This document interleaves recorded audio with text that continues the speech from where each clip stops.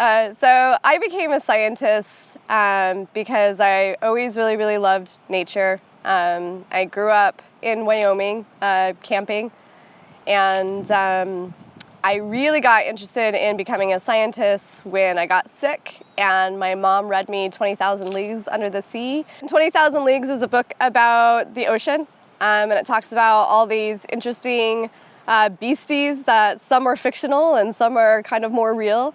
And so that really piqued my interest about the ocean. I've always had a love of nature. When I was a kid, I grew up in the countryside of the UK. There's very few forests left, there's very few things like that, so the places you do see are very special. But the one thing we do still have a good lot of is coastline. So if you go to the coastlines of the UK, there's still really beautiful areas. And so I kind of got into the part of the sea where the land meets the sea, and tide pools and rock pools and little animals that hang around in there. A lot of what I study when I'm actually out in the field, and what my work does, is look at how animals interact with each other.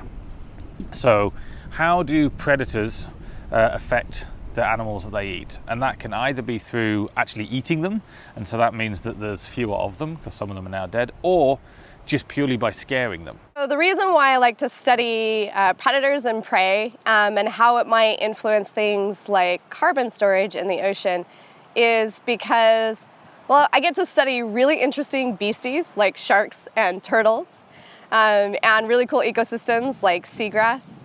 But also because climate change is our greatest threat to our oceans and to nature, our world of wildlife in general.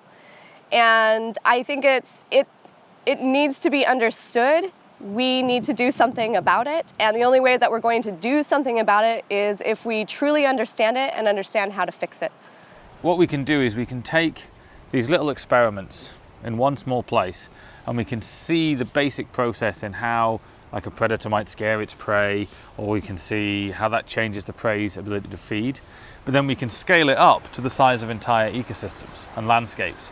And we can start to then understand from these small little experiments, we have a look at what's driving how predators and prey interact. We can then scale it up and see how entire ecosystems, landscapes, and then sometimes ocean basins actually function. So it can give you these little pieces of understanding that you can then go and apply to a much broader area.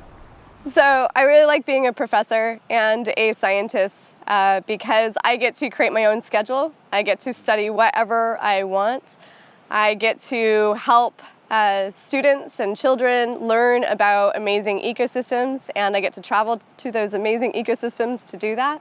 We love that part of our job because we do get to work in these sorts of places, and we get to understand what's driving, what the process is that keep a place like this going.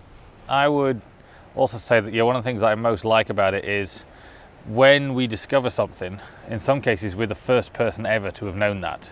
Like no one has ever seen that ever before. Even if it's a very small little tiny change or something like that, it's like, okay, you are the first person ever to discover that. So Trish was one of the first people, is the first person ever to show how sharks and other large predators change the ability of the oceans to suck carbon out of the air and out of the atmosphere.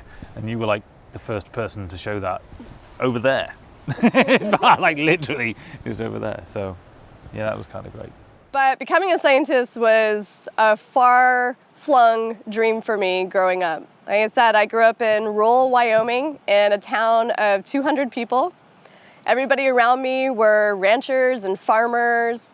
My dad worked for the oil field, and my mom was a stay-at-home mom. Neither of them had went to college.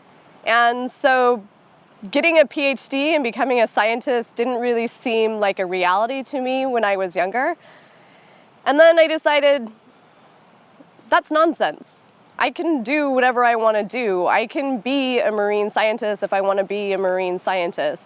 And then my parents also really encouraged me, so I showed a little bit of interest in doing marine science. And my parents then sent me to SeaWorld to do like a mini internship, and I think I was like 13. And I just completely fell in love with that. I worked with penguins and sea otters and beluga whales, and that sold me right there. But it really helped me decide that I really did want to do this. And then I decided to go away to college in Hawaii. So I basically went from rural Wyoming to an island in the middle of the Pacific. And I just fell in love with it. And I think that's the type of job everyone should do, is the job that they love. I mean, being a scientist is just having a love for discovery, wherever that is, whether it's in the ocean or on the land. And if I can be a scientist, growing up in rural Wyoming, to a family that largely did not go to college, I think anyone can be a scientist.